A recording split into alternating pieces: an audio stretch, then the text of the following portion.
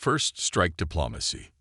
The massive dome structure of the Galactic Union Assembly hung in the void between star systems like a crystalline jewel, its translucent hull revealing the pulsing lights of thousands of ships docked within.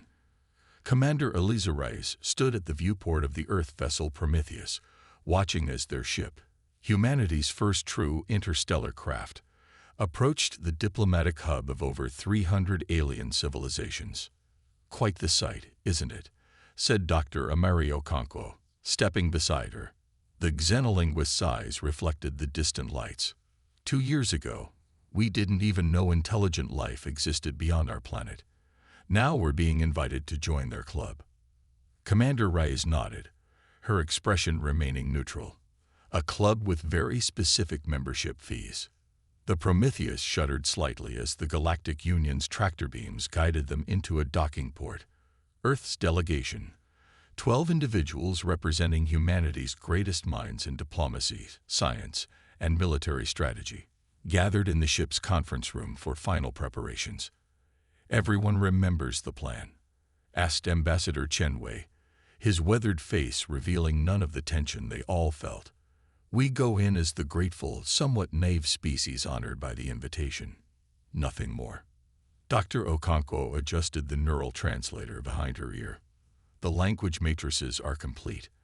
I've programmed subtle discrepancies in our translations, just enough that they'll think we're missing cultural context." "And our countermeasures?" Chen asked, turning to Lieutenant Colonel Abernethy. The military officer nodded. "Active but undetectable. If they scan us beyond the agreed protocols, we'll know." The delegation filed from the ship an hour later, led by Ambassador Chen. The docking bay teemed with representatives from dozens of species, some vaguely humanoid, others defying any terrestrial comparison. A tall, spindly being with opalescent skin approached, flanked by 4 different species. "Greetings, humans of Earth. I am High Chancellor Zex Tora of the Galactic Union Council. We welcome you to the assembly." The translator rendered the clicks and whistles into smooth English. Ambassador Chen bowed respectfully. "The people of Earth are honored by your invitation, High Chancellor. We look forward to discussing our potential membership." The delegation was escorted through vast corridors, where gravity shifted subtly between sections to accommodate different physiological needs.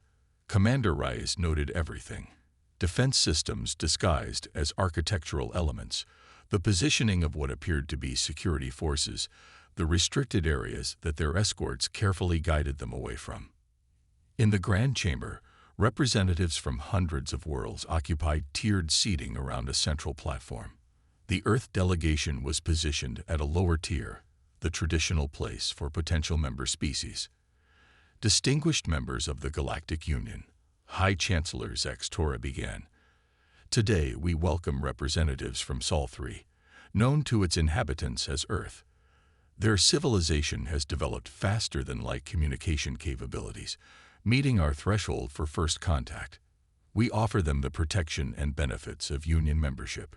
For 3 hours, Union representatives outlined the benefits of membership: access to technology, defense against cosmic threats, cultural exchange, and economic integration into the galactic community.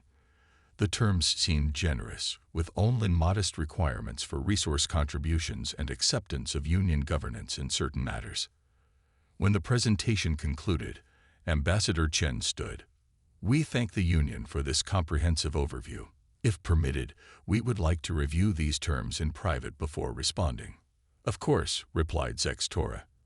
"Though these terms are standard for all new members, 327 civilizations have found them more than equitable." The Earth delegation was escorted to private chambers. Once secured, Dr. Okonkwo activated a device that created a dampening field against surveillance. "We were right," said Lieutenant Colonel Abernethy, reviewing data on her tablet. "Their scans went far beyond biosecurity. They were mapping our genetic structure, neural patterns, everything." Dr. Okonkwo nodded grimly. "And the translation matrices caught several deliberate mistranslations in the treaty documents. What they called modest resource contributions is actually unlimited access to Earth's water, minerals, and biological diversity. Ambassador Chen turned to Commander Reyes. Show them. Reyes activated a holographic display showing hundreds of star systems. We've identified 43 civilizations that joined the Union in the past 2 centuries. In every case, the same pattern emerges. Initial prosperity followed by systematic resource extraction, cultural erosion, and eventual reduction to client state status. Some species are now functionally extinct, preserved only in Union cultural heritage zones. How did we get this information? Asked one of the junior diplomats. Reyes exchanged glances with Chen before answering. When the Union established communication with Earth 3 months ago, they didn't realize our quantum computing capabilities had advanced beyond their estimates. We've been quietly accessing their historical archives through back channels they didn't secure against what they considered our primitive technology. Ambassador Chen stood, straightening his formal jacket. The Union expects us to be grateful, overwhelmed by their generosity. They don't expect what we're about to do. When the Earth delegation returned to the Grand Chamber 6 hours later, the atmosphere had changed. Union representatives appeared relaxed, even slightly bored. They had performed this ceremony hundreds of times before. Ambassador Chen approached the central platform, but instead of speaking, he nodded to Commander Reyes. This deviation from protocol sent a ripple of murmurs through the assembly. Reyes stepped forward, her military bearing unmistakable. Distinguished representatives of the Galactic Union, I speak not as a diplomat, but as a representative of Earth's unified defense forces. After careful review of your proposal, Earth respectfully declines membership in the Galactic Union at this time.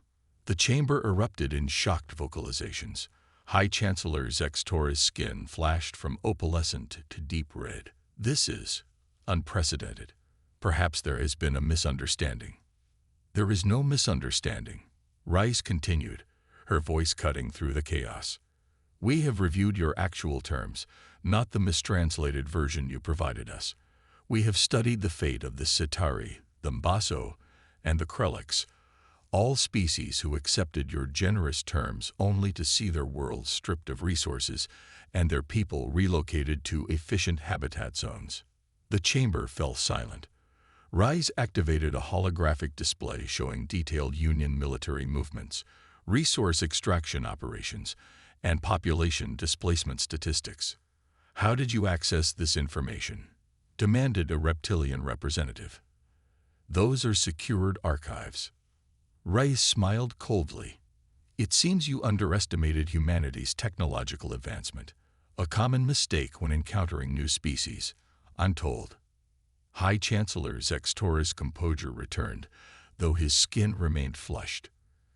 Commander Reyes, these accusations are serious and misguided.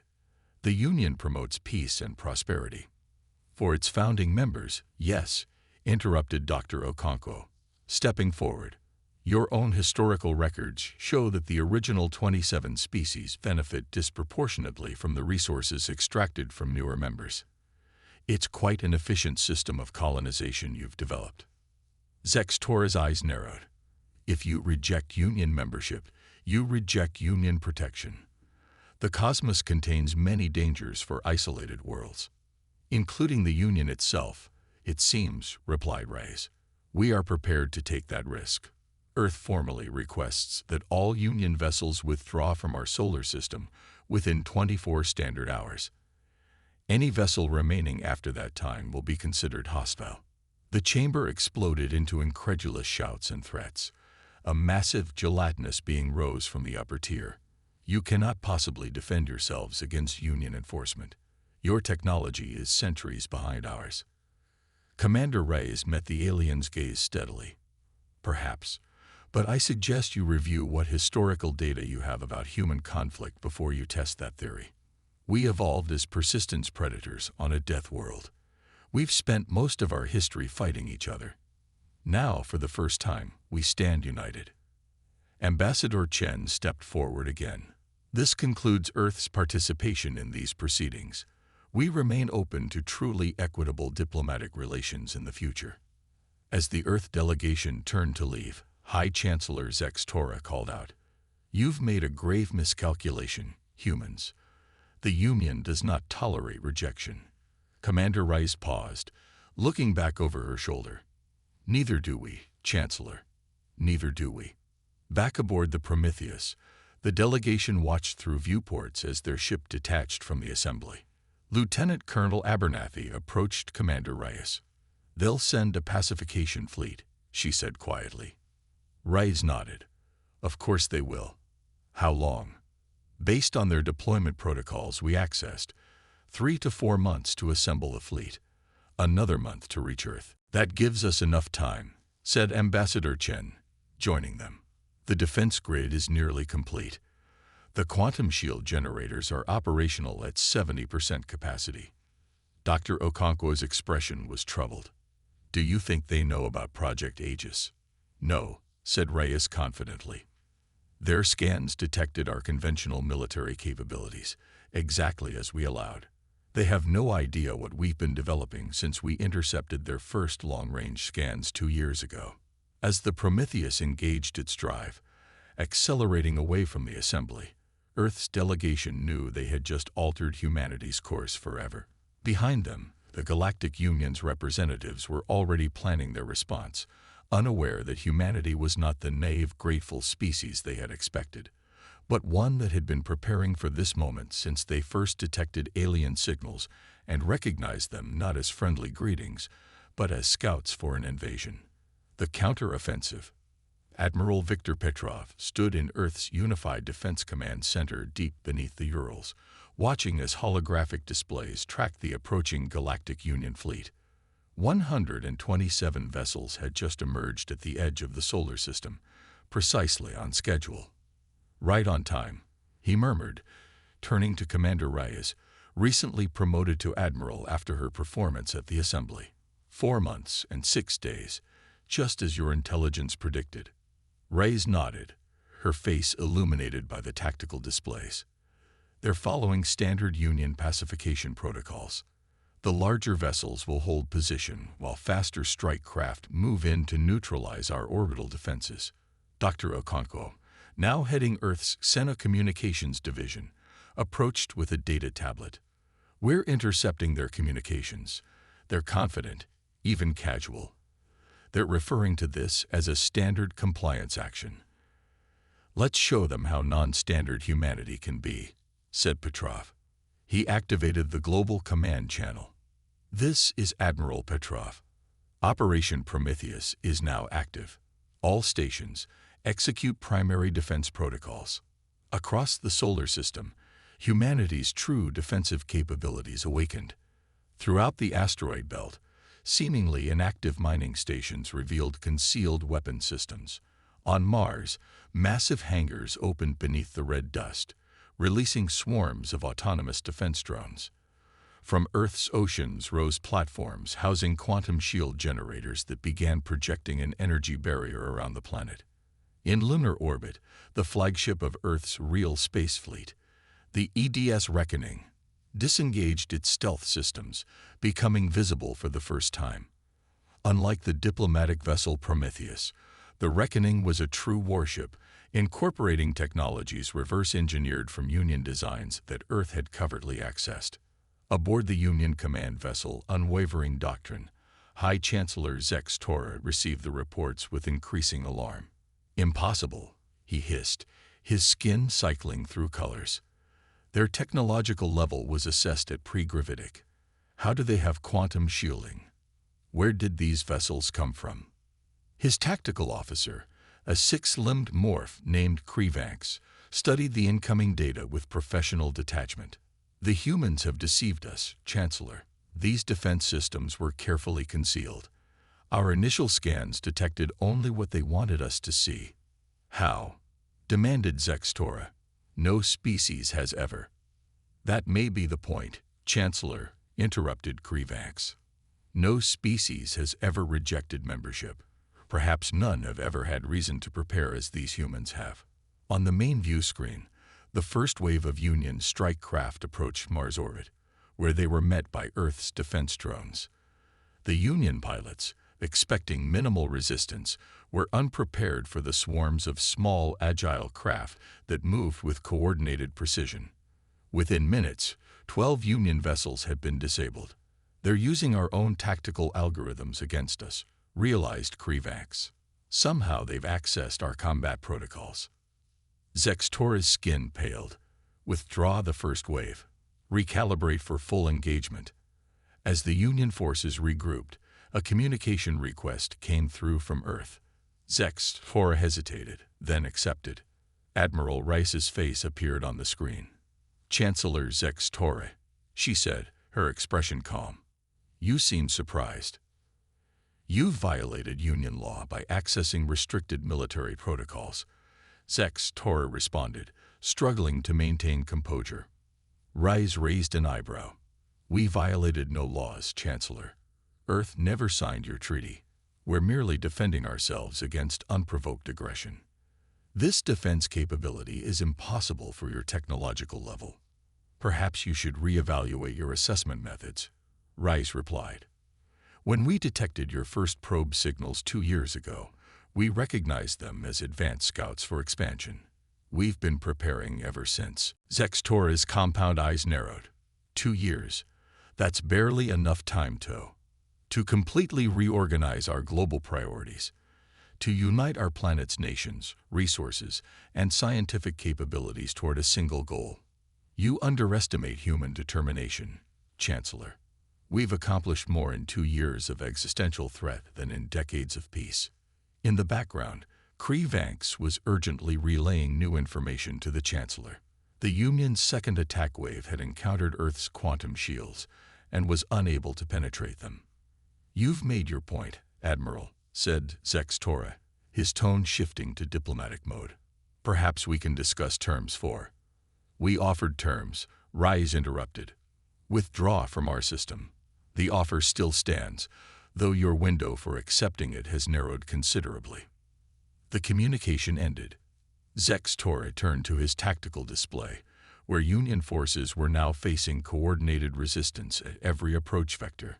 The humans had not only prepared effective defenses, but had positioned them strategically throughout their system, creating overlapping fields of fire and mutual support zones. "They fight like they've been waging interstellar war for centuries," murmured Krivax. "No," replied Zextora, a new understanding dawning. "They'd fight like a species that has been fighting itself for millennia." In Earth's command center, Admiral Petrov watched the Union fleet's movements with satisfaction. "They're pulling back to regroup. Their formation suggests they're preparing for a concentrated thrust toward Earth." "As expected," said Rice. "They still believe they have superior technology." Dr. Okonkwo looked up from her console. "All Union communication channels are active. They're debating strategy, and some are questioning the wisdom of this conflict." "Activate Phase 2, ordered Petrov. Throughout the solar system, Earth's forces began a carefully choreographed maneuver. Rather than maintaining defensive positions, vessels and weapon platforms began advancing in formation, encircling the Union fleet in a 3-dimensional net that tightened with each passing minute. Aboard the unwavering Doctrine, Zextora watched with growing horror as his options diminished. How are they coordinating on this scale? Our jamming signals should be disrupting their communications. "Chancellor," said Krivax urgently, "we're detecting energy signatures from their vessels, unlike anything in our database.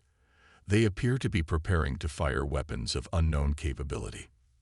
From the reckoning, Admiral Rice opened a channel to the Union fleet. "Chancellor Zextora, your forces are now surrounded. We have targeting solutions for every vessel in your command. I suggest you reconsider your position." On the Union command ship, furious debate erupted among the senior staff. "We cannot retreat before a pre-gravitic species," insisted one officer. "The Union's authority will be undermined throughout the galaxy." "Better undermined than destroyed," countered Krivax. "These humans have clearly been preparing for this conflict since they detected our first signals. They allowed us to believe they were less advanced than they are." Zextora studied the tactical display, where Earth's forces had completed their encirclement. The Union fleet, designed for overwhelming force against inferior opponents, now found itself in a position it had never trained for, facing an opponent of equal or possibly superior capability. "Open a channel to their command," he ordered. Admiral Rice's face appeared again on the view screen. "Have you reconsidered, Chancellor?" "The Union does not surrender," stated Zextora. "But we are willing to discuss terms for mutual disengagement." "The terms are simple," replied Rice. "The Galactic Union will acknowledge Earth's sovereign status and our territorial claim to the entire Sol system. You will withdraw all military forces and agree to non-interference in our affairs.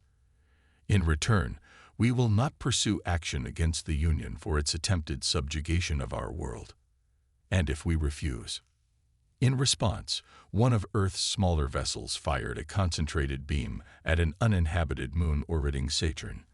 The celestial body shuddered, then cracked apart into perfectly symmetrical sections that began drifting away from each other. "That was a low-power demonstration," said Reyes calmly. "We call it the fracture beam. It disrupts molecular bonds in a controlled pattern, quite effective against both natural objects and constructed vessels." Silence fell across the Union command ship. Such technology was theoretical even in Union science, yet these humans had apparently developed and weaponized it. "We will withdraw," said Zextora finally. "A formal acknowledgement of Earth's status will require Council approval, but I will personally advocate for it." "Very wise, Chancellor," said Reyes. "We will transmit coordinates for a diplomatic vessel to approach. The rest of your fleet will begin withdrawing immediately." As the Union forces began their retreat, Ambassador Chen joined Reyes on the command deck of the Reckoning. "An impressive bluff, Admiral," he said quietly. "The fracture beam was quite convincing." Reyes smiled slightly. "Who says it was a bluff? Dr. Okonkwo's team did remarkable work with the theoretical physics we extracted from Union databases.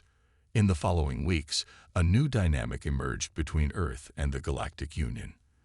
The Union Council, faced with the unprecedented situation of a species that had successfully resisted pacification, voted to recognize Earth's sovereignty.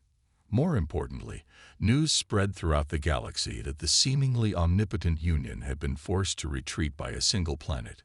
6 months after the confrontation, a different kind of Union vessel approached Earth, a diplomatic envoy carrying representatives from various member species, including some from newer members who had suffered under Union exploitation.